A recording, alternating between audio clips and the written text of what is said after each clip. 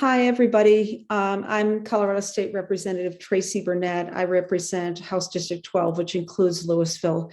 And thanks for coming. Thanks for all those who have helped organize this meeting today. You know, my heart goes out to all of you. And I'd have to say for everybody on the panel here, we are there for you in the long run. I know many of you in the past have donated to many worthy causes, including disasters in the United States and around the world, and how good it makes you feel to do that, to be able to help. And until now, you know, many of you have never been on the receiving end of donations. This is the time to reach out and accept the outpouring of help that is being offered by your community and from people all around the country and even around the world.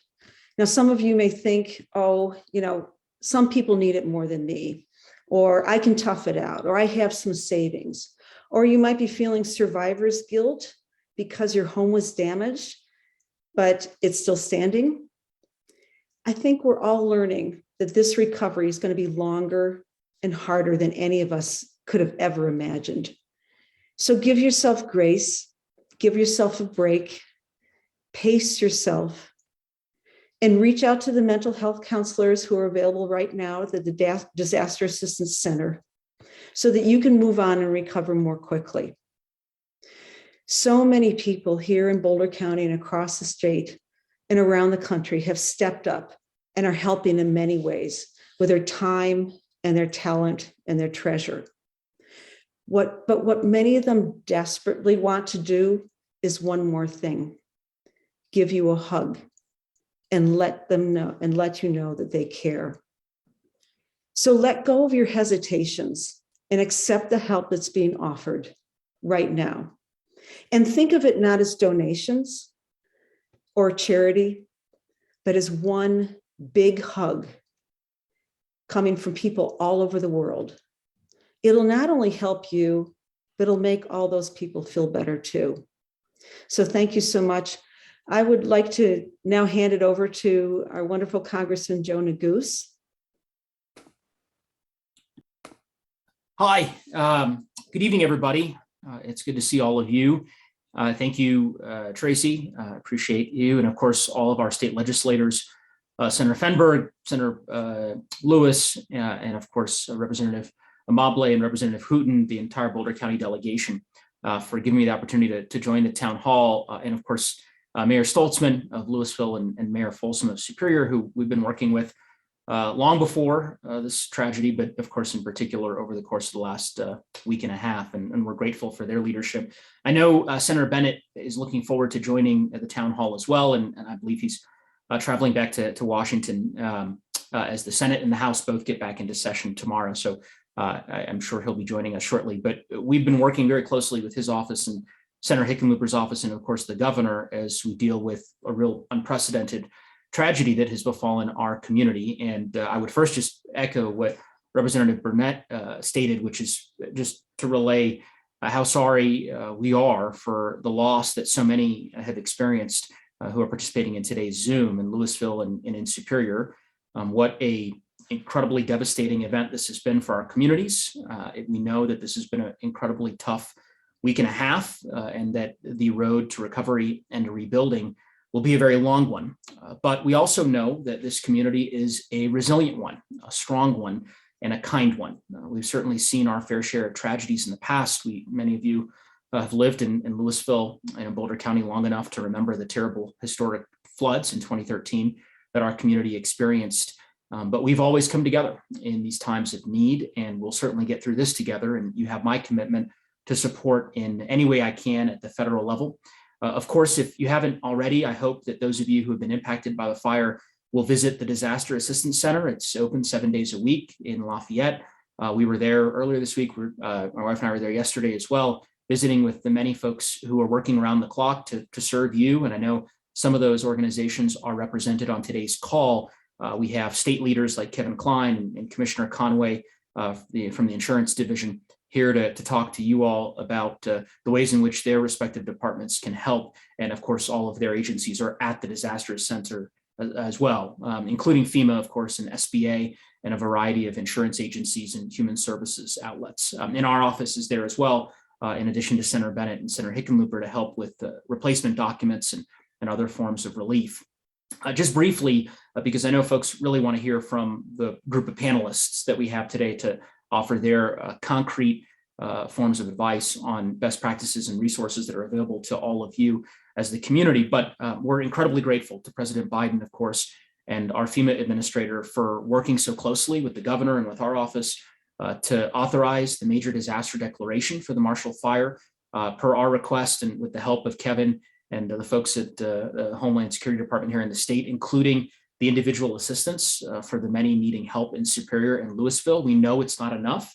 I spent a great deal of time with the president on Friday and the FEMA administrator, and made the case to the president about the need for us to increase a variety of different resources that are available at the federal level, including community block development grant funding, CBDG funding, that hopefully can be utilized by the cities of Louisville and the town of Superior as we rebuild the housing stock and the public infrastructure that has been so heavily damaged as a result of the Marshall Fire, in addition to some other requests that we made of the president that he certainly was open to and I think is going to accommodate. So we'll continue to work with the administration and our federal partners to ensure that every Coloradan is impacted by these unprecedented events has the resources to access aid and to fully recover. And I'll simply end with saying that we have a very ambitious legislative portfolio that we're pursuing as it relates to wildfire resiliency and mitigation. But our primary focus right now is on doing everything that we can do to make sure that you all have the resources you need to recover and to rebuild. And so I would encourage you to contact our office, even if it might not be something that may necessarily be related to federal legislation or to the federal government per se. We're here to be helpful and to think outside of the box in ways to ensure that you all have the necessary assistance to troubleshoot the various obstacles that I know you're all dealing with, and know that the entire federal government, the state government, local governments are working in tandem to ensure that you have the resources that you need. So with that, I'll turn it back over to the hosts. But again, thank you for giving us the opportunity to participate. Thanks so much, Rep. Maguz. Senator Bennett is dealing with some cell service issues and trying to navigate that. So we'll see if he's able to hop on. But for now, I'll go ahead and turn it over to Majority Leader Fenberg to introduce our group of panelists that we have on. Great, thanks, Nina. I echo everything that's been said.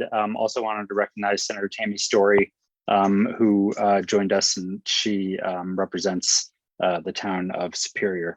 So thank you, everybody, for being here. We really want to spend as much time as we can answering your questions.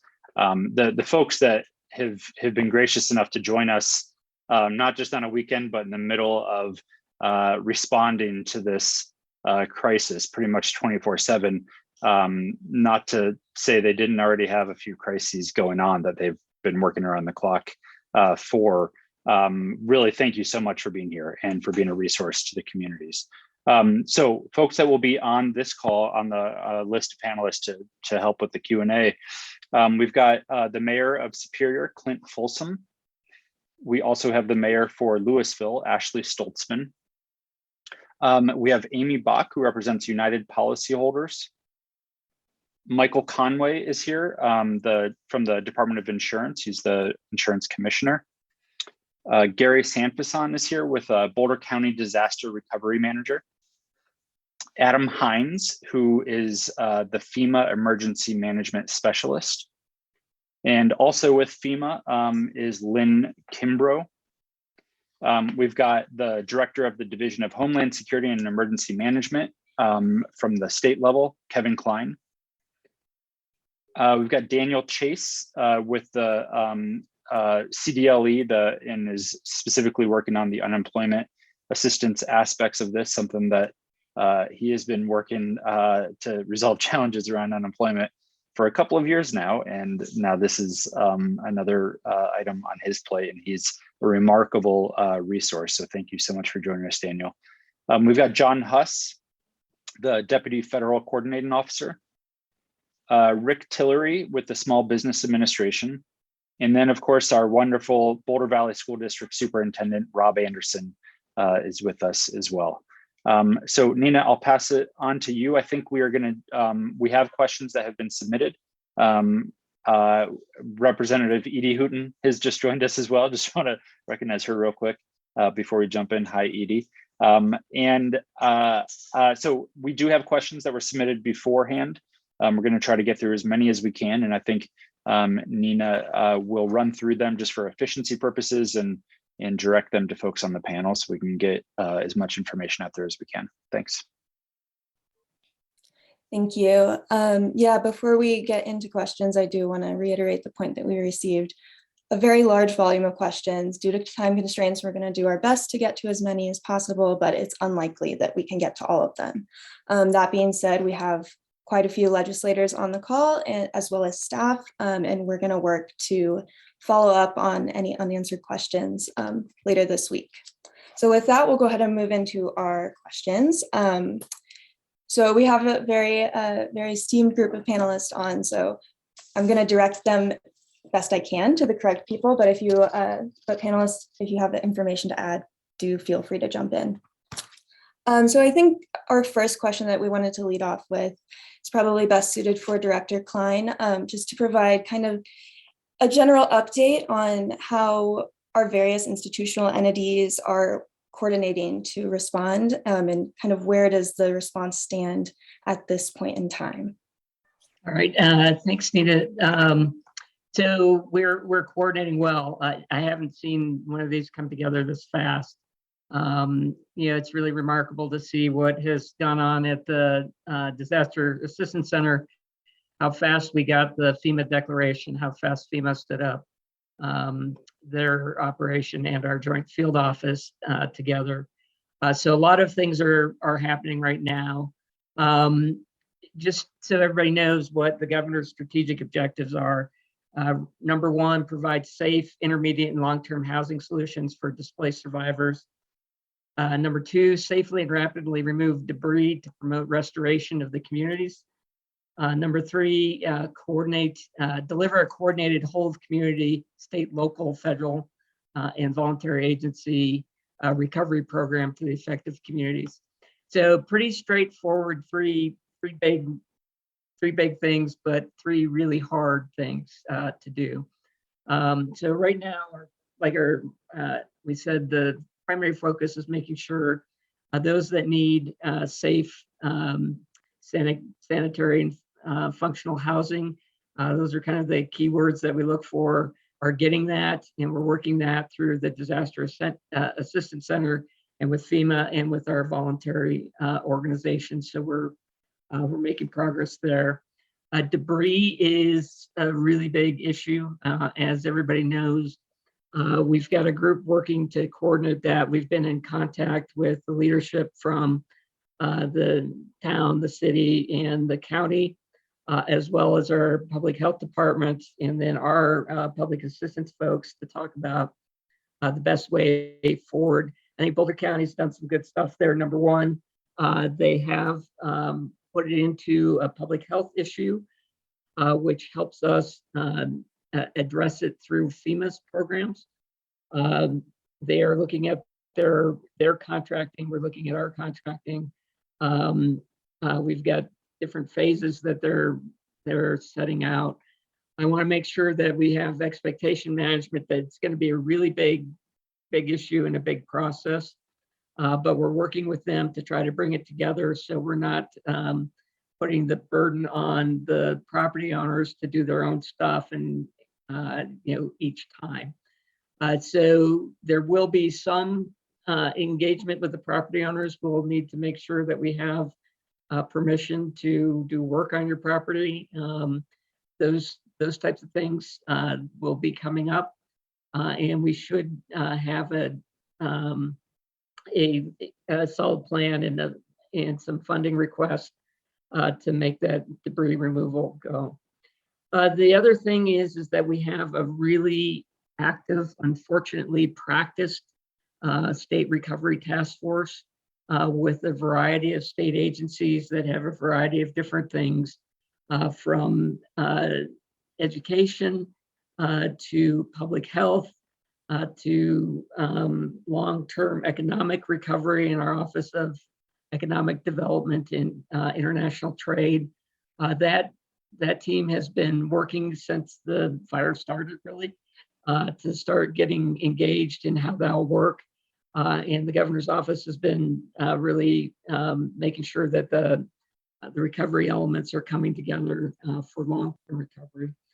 I think one of the other things, just to stress to everybody, recovery starts before the incident, right? So that we have recovery plans, we have recovery staff, we have things that come in place like insurance, all those things before the incident.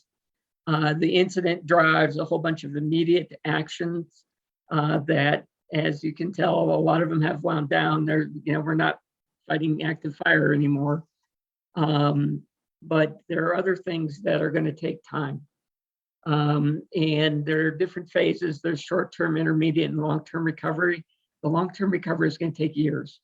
And that's going to be the construction and all that stuff that needs to take place.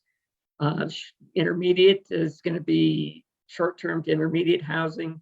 Housing is going to be a real challenge in Boulder County, in Louisville and Superior, just because the market is tight.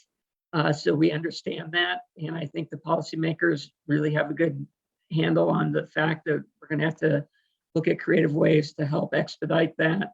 The state is going to be doing what they can to help expedite that. But then all the other recovery functions are going to be right along with that. Finally, I just want to emphasize the partnership. We've got a great partnership with Fema. I think one of the really great things is our working with Boulder County, our engagement with the town of Superior and the city of Louisville. Their leadership has been actively engaged with us, and we're going to be supporting them. I think that's our job. But we've got a whole of state approach that we're taking, and we'll be doing whatever we can to make sure that we're meeting the needs to the best of our ability. Thank you. I think that's a really helpful update on the current state of play and how response is being coordinated. We do have Senator Bennett on via phone now, so I will go ahead and turn it over to him to provide a few minutes of remarks. All right, you should be able to unmute. Hi, guys. Can you hear me? We can. I'm so sorry. I was on mute and I couldn't figure out how to get off it.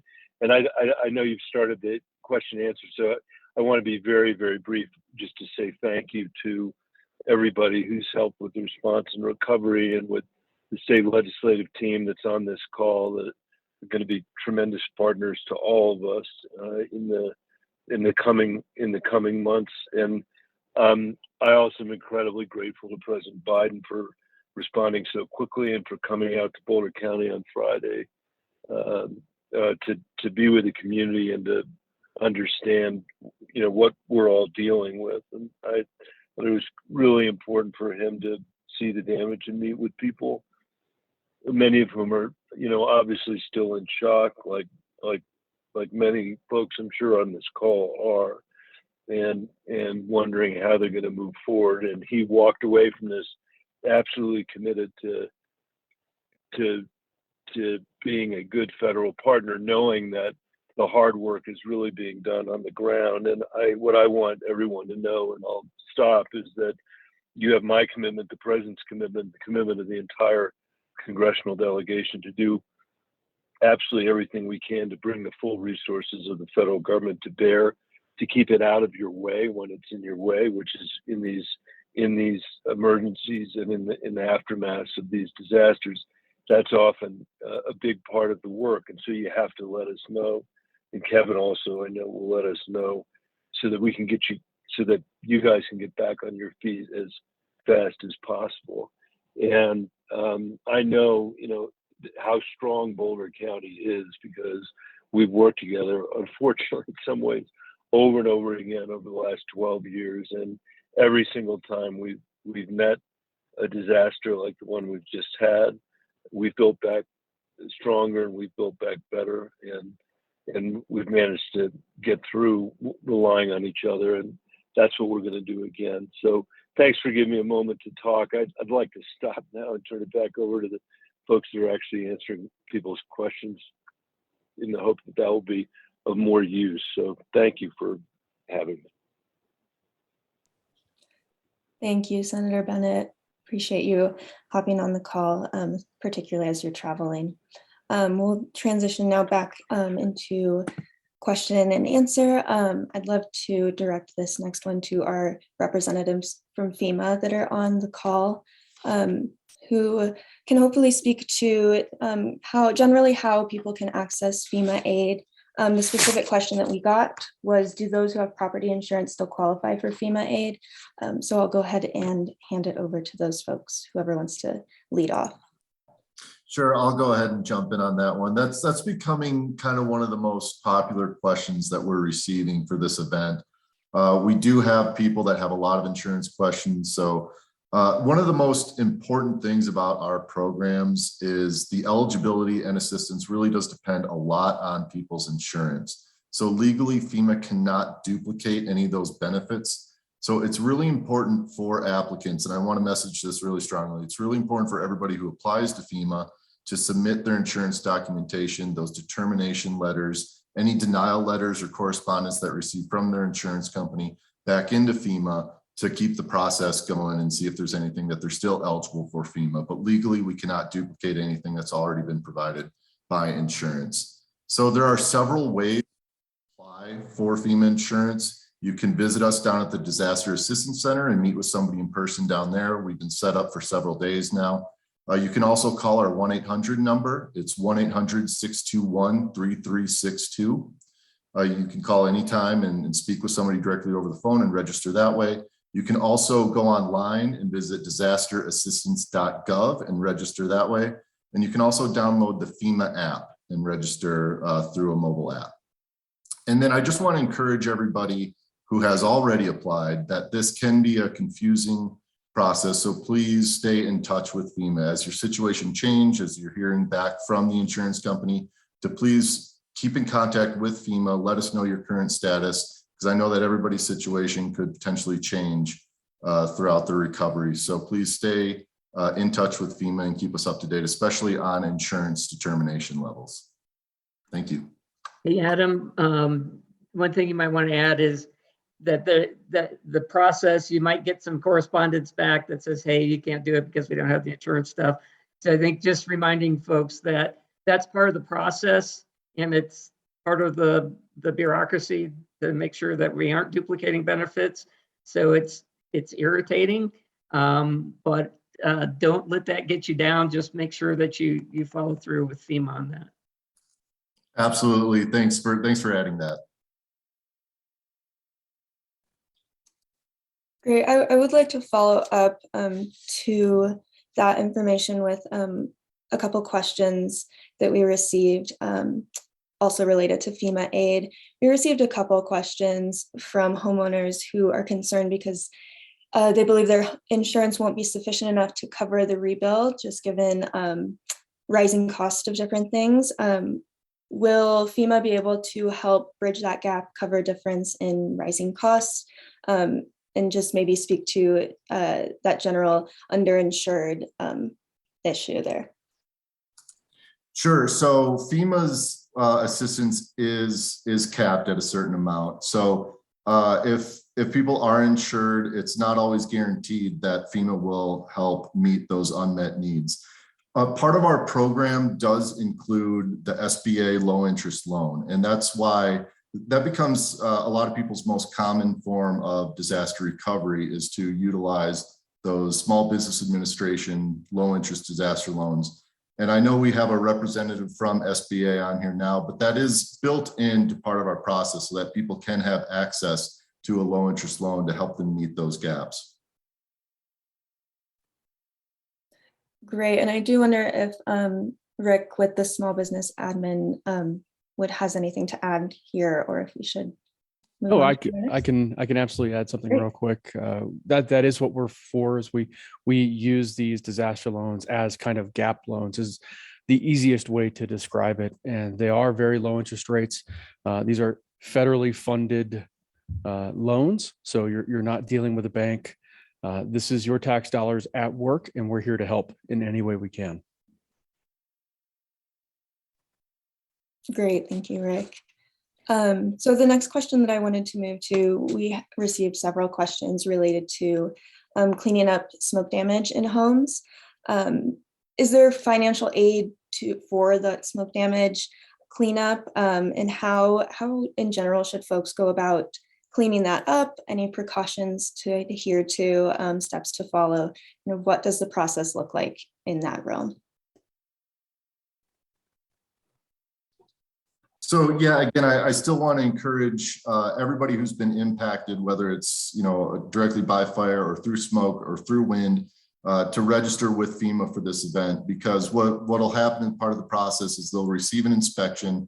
Everybody's case is going to be different, but the inspector will go through, meet with somebody. They'll have lots of questions for the homeowner or renter in that property, and then they'll come up with a determination of what type of assistance will be available from FEMA. And Nina, if I can jump in there just real quick too. So folks, if you do have smoke damage or you have heat damage when you get back into your homes, if it's whether it's smoke, soot, heat, when you get back into your homes, you very well may find that you have a variety of different things impacting your home. Make sure you start the claim process with your insurance company as soon as you possibly can. So your homeowner's insurance policy will cover that as well. So that's going to play into what Adam was talking about earlier, that it's going to be really important for you to work through the insurance process for that smoke, soot, and ash damage too, if FEMA is going to provide assistance. Obviously, Adam was talking a little bit more about the actual, the home itself and making sure that it's safe for you.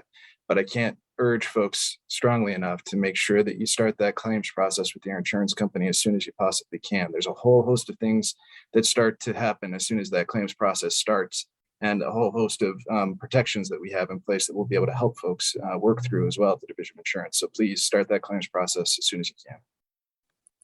Can I just ask a quick question of Commissioner Conway? Gary, you can ask me all the questions you want. Yeah.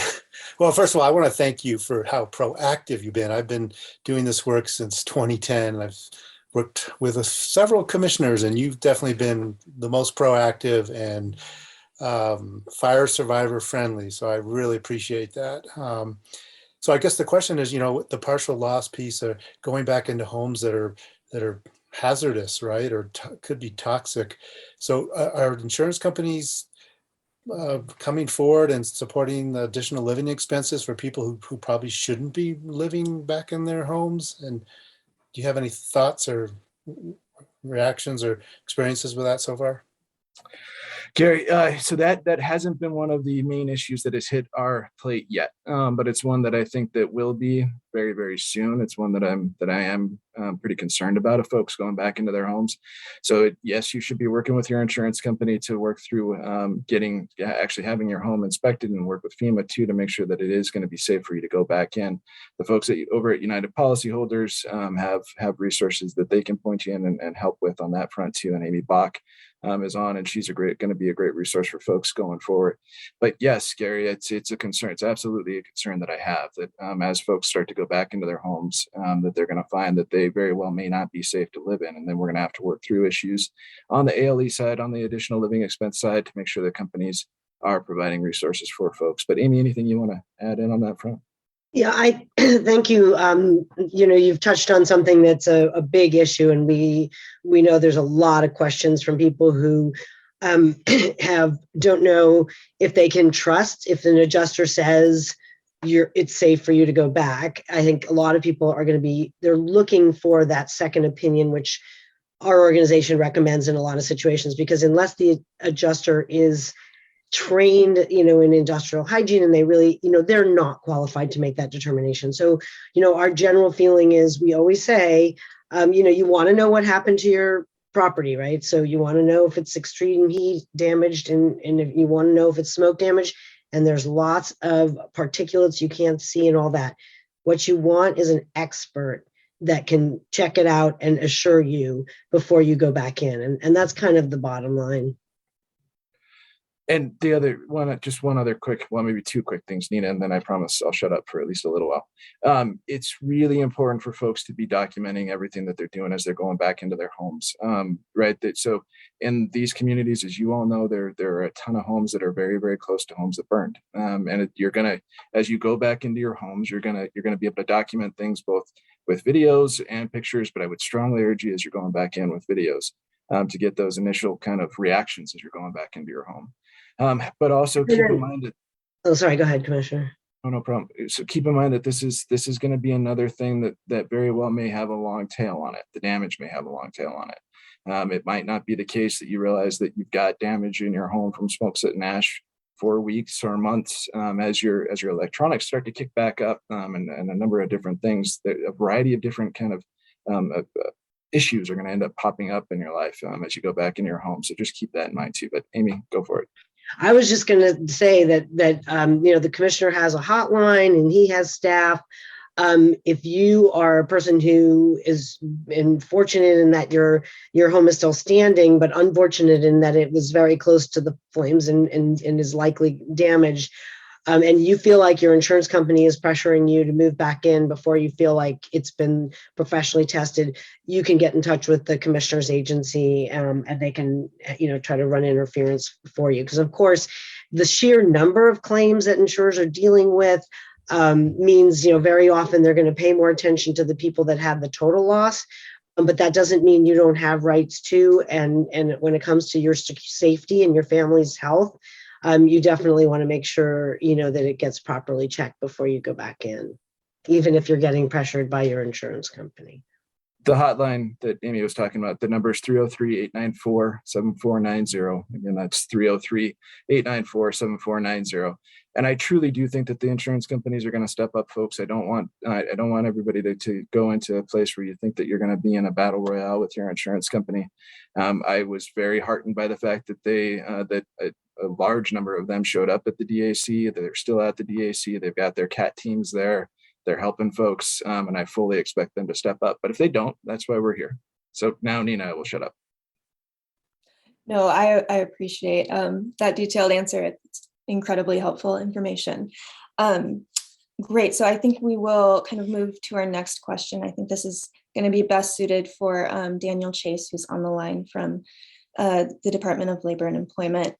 So this question is sent in from a self-described solopreneur who was evacuated from their home, is now back living in their condo, dealing with organizing insurance, cleaning up, smoky areas, and doing other disaster recovery. And this person has missed opportunities for appointments that generally bring in income. So in this case, would they be eligible for benefits, and what kind of things could they qualify for? Yeah, thanks so much, Nina. I can at least answer the disaster unemployment assistance side of that question, which is that once the president declared the disaster, he authorized disaster unemployment assistance for those impacted by the Boulder fires. And so we are actively processing those claims. We're recommending anyone whose work was impacted, so anyone who lost income as a result of these fires, should file a claim with us. We will not pay you unless you're eligible.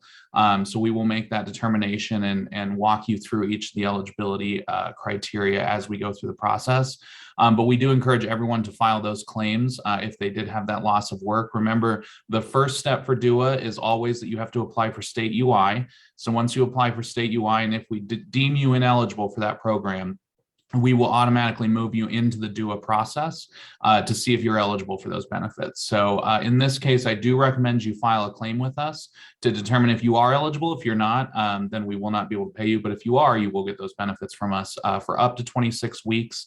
And keep in mind, the deadline to file a DUA claim is February the 3rd, and then we will be shutting off any applications to that program. So again, recommend everyone file a claim if they did experience loss of work or loss of income as a result of these fires.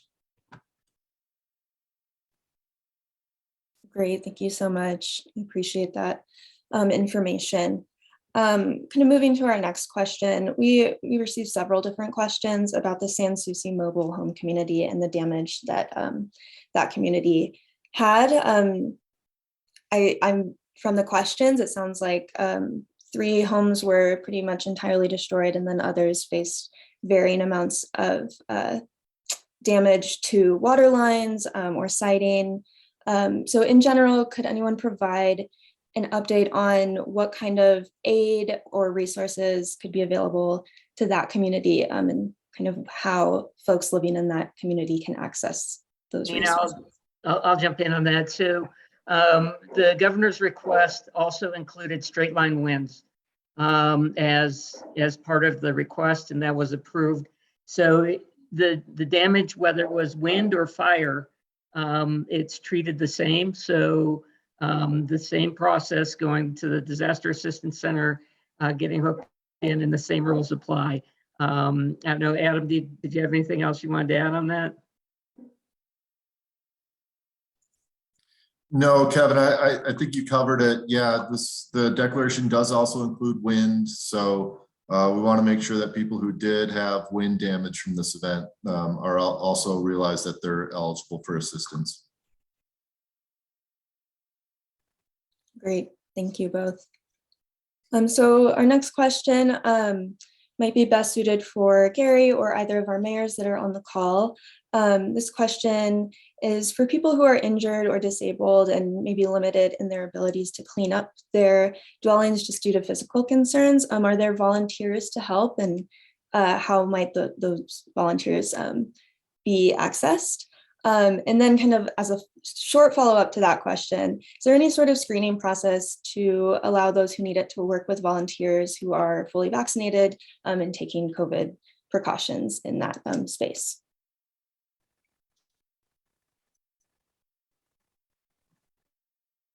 I kick that to Gary to respond. We don't have anything directly in Superior set up at this point, and probably, but we are getting lots of people saying they're willing to help, and I think at some point we're going to need to look at mechanisms for matching that up. Ashley, you want to add anything on that? Thank you, Mayor Folsom. I would just like to say it's a very complicated question because it depends on the level of severity of the cleanup that you need help with. So it may require professional cleaning, and you'll want to contact your insurance, has been stated. So it's really hard to know from the way the question was asked if there's just, if you're very far from the fire and light cleaning that's needed and some help from neighbors, or if you have intense cleaning that experts need to come in and do. So if there is severe smoke damage to anyone's home, please do go over to the DAC. That's the best place to start. And I've talked to so many families that feel like they shouldn't go over there because somebody else is worse off. And I just implore you to please go over there because that is where all of our municipal and county organizations have coordinated all the resources for you. So that's a great place to start. If you can't physically make it over there or can't drive, RTD has stepped up and added routes to go over there through the free ride, and there are free bus tickets over there. And there are also phone numbers to call that are listed on the website. As far as just like volunteer, there are so many people volunteering to help. We don't yet have a vetting process for some of the things that were asked about, but there are a lot of people willing to pitch in, as well as just your neighbors. I've seen a lot of goodness in the world in this last week of neighbors stepping up and helping one another. So do ask your neighbors if you're looking for help, and I almost can guarantee that they will come right over and help you. And I'll turn it over to Gary for the more complete answer. No, thanks, both the mayors of Superior and Louisville. You were spot on. Recovery is just starting, and it's actually amazing what's actually occurred so far. I've never seen this happen so fast. So we're in this immediate needs phase, and so I would agree with Mayor Stolzman about going to your insurance company, filing a claim first. Go to our website, boco.org/Marshall Fire. There's a whole host of different links for different services, signing up for what your needs are, which shortly will have an online form, so you don't have to come into the Disaster Assistance Center if you cannot. However, as the mayor said, there are transportation options. VIA is also providing transportation to the center. I just want to give a shout out to this resource. We have 37 different providers, local, state, and federal organizations. That doesn't even include FEMA and SBA. as you well have said, some of the elected officials, the generosity just continues to pour in.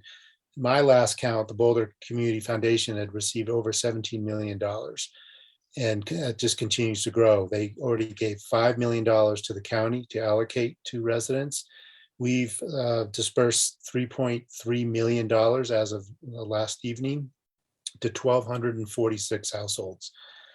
If you have a damaged home, a destroyed home, if you were evacuated, if you're a renter, homeowner, business owner in the area, you are eligible for all those funds. And as FEMA said, FEMA has some constraints. So please come down here. I'm not even including Red Cross. They're also in the building providing financial support. So yeah, 1755 South Public Road. We should be open for another week or two at least, depending on how much traffic, how much folks are coming in. It's open from 9 to 7 p.m. Great, thank you. And I know you shared both the link to the website with resources as well as the address to the Disaster Assistance Center in the chat. So that is there as well. Kind of moving into our next question, we received a handful of questions about what lessons we can learn from this event with particular interest in how we can better utilize emergency alerts and notifications going forward. So Director Klein, I don't know if that's a question best suited to you or someone else on the call, but if you could speak to that maybe. Sure. So in Colorado, many counties have an emergency alert. Many municipalities have an emergency alert system that you can sign up for and choose to get alerts sent from them. They also have the ability to ring landlines, which Boulder County did. And then we have a program called the Wireless Emergency Access Program. I know this question came up saying, do we have something like an Amber Alert that you can do? It's the same system as that we use for Amber Alerts. So that system is in place, and it works by drawing a shape on a map, and then the cell towers inside that shape are told to ring all the phones that they can touch. So it's not highly accurate like some, but it's pretty good. And that system is up and running, and the state can do that, or counties that have chosen to do that can use that system. So number one, make sure that your wireless alerts are turned on your wireless devices. I think that's the number one advice. And then number two is sign up for local alerts to your wireless for the counties that you're in. So we can still do it without the local alerting system. We've done that, and I'm sure some of you have received things like when we put a mask order in place, we didn't know how to get the word out other than to use that. So we used the wireless system on that. And we've used it on several fires. We used it in Jackson County last week on a snow emergency because they had people that we needed to shelter. So those systems are in place. And I think that it's just take advantage of them, make sure your wireless emergency alerts are turned on your phones, and then sign up with your local authority, Boulder County in this case, to get those wireless alerts. Great, thank you. Moving to our next question. We had a question that asks, all our neighborhoods have a significant layer of black soot in some areas, mostly from wildfire grasses. Other areas could be more toxic with soot and ash from burning buildings, cars, etc. How should this be safely removed? How is this being removed? And what kind of collaboration between federal and local agencies is happening to assist with the removal?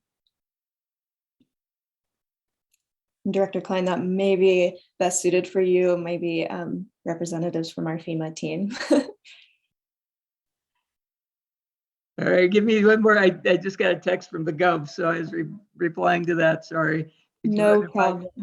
No problem. The question asks essentially how how is the soot and ash in these communities being removed, and how can it safely be removed, and what is that process looking like? So that is part of this overall debris removal plan that we just discussed earlier. And that, and that's going to be kind of the coordinated element. So, inside your home, that's going to be cleanup, and there are professional firms that do that. And that should be something that, you work with your insurer and then FEMA if necessary. But the larger ash and debris, that is part of this overall debris removal plan that we're working with.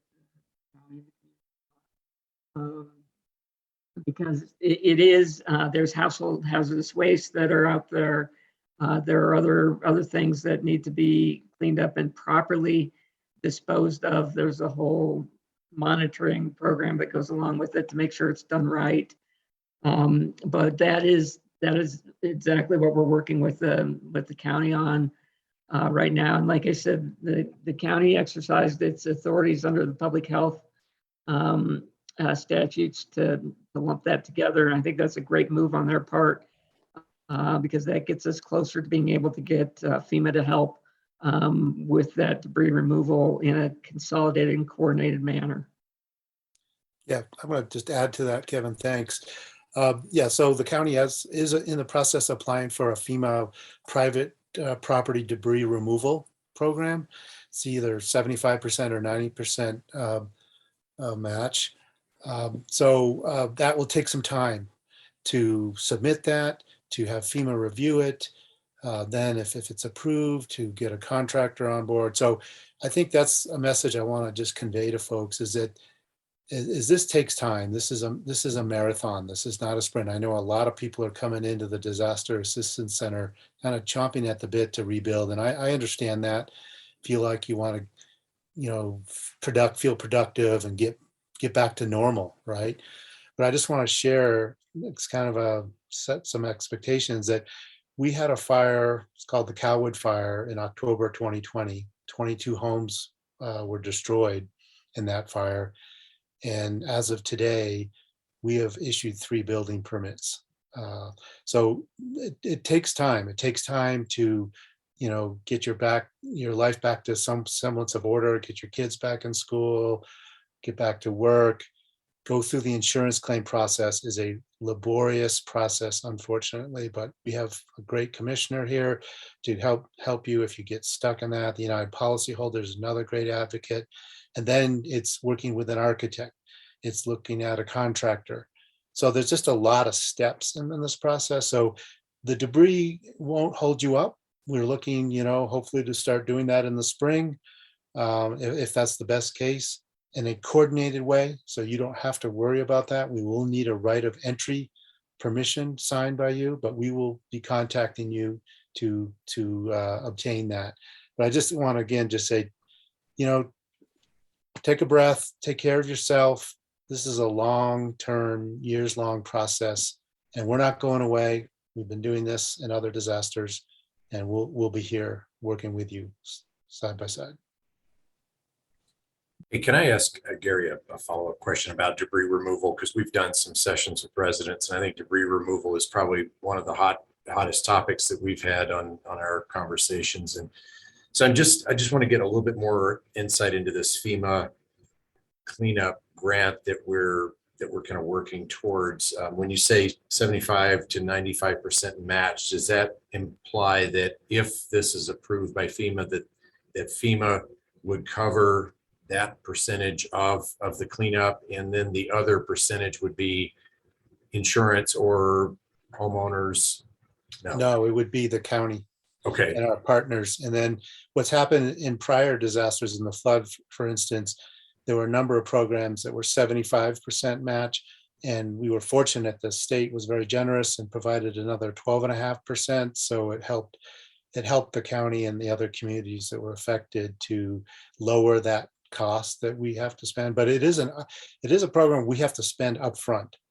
And so the county is willing to work with Louisville and Superior to help coordinate this. So yeah, we don't have to worry about people's insurance, but I also want to just state that people don't have to take advantage of this program. If they're ready to go, their insurance company, want to work with them to use that debris cleanup funds in their insurance, they can go ahead. But if they start down that road, they will be ineligible for the coordinated process. And I also want to clarify, there's questions about sifting for valuables. And we want to really urge people not to go do that on their own. It's very hazardous. It's toxic materials. There's dangerous metals. So we want to urge people to come into the Disaster Assistance Center and sign up for the volunteer groups who are trained and have the proper equipment to go do that.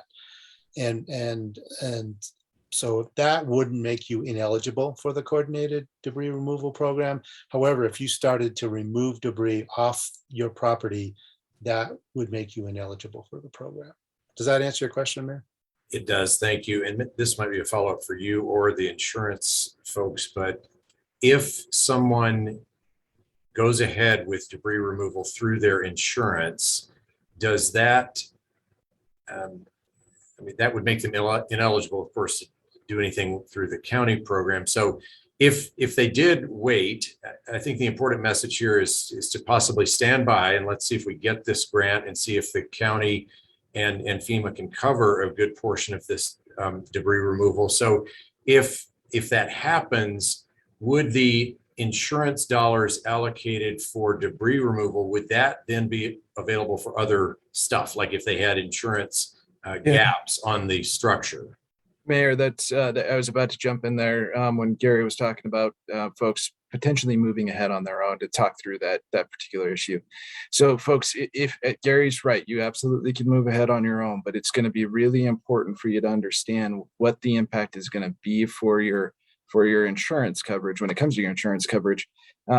Because it likely will be the case. Your policies are going to be different. There's no uniform way that the insurance companies handle debris removal on your policies, but it is likely the case that it is in one of your coverage A or coverage B, most likely coverage A or coverage B policy coverage limits. So if you go down the path of hiring somebody privately and not going through this coordinated process that Gary was talking about, it will most likely reduce the amount that you have in your coverage A. So your coverage A is your dwelling.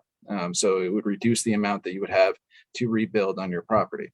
So it's going to be really important. The piece that I want to make sure that I urge for folks, that if you decide that you don't want to wait for the coordinated approach and you want to move forward, before you do that, have some very detailed and in-depth conversations with your insurance company and your insurance agent about what that is going to mean for you long-term. Because it will most likely have some fairly substantial impacts on your rebuilding and what the funds that you have to rebuild. So that piece, I think, Mayor, is really kind of the heart and soul of what you were getting to there. It's going to be really important for folks to understand that before they move ahead with kind of doing the debris removal on their own.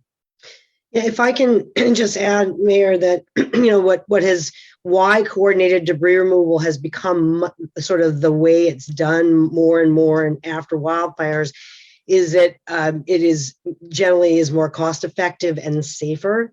But of course, if the details aren't worked out and people are in a hurry, Commissioner Conway's point, of course, is the key is that you have a finite amount of money available in your policy. You want to make sure that you're using it well, especially because we know, 2/3 of people tend to be underinsured after wildfire. So you do need to budget.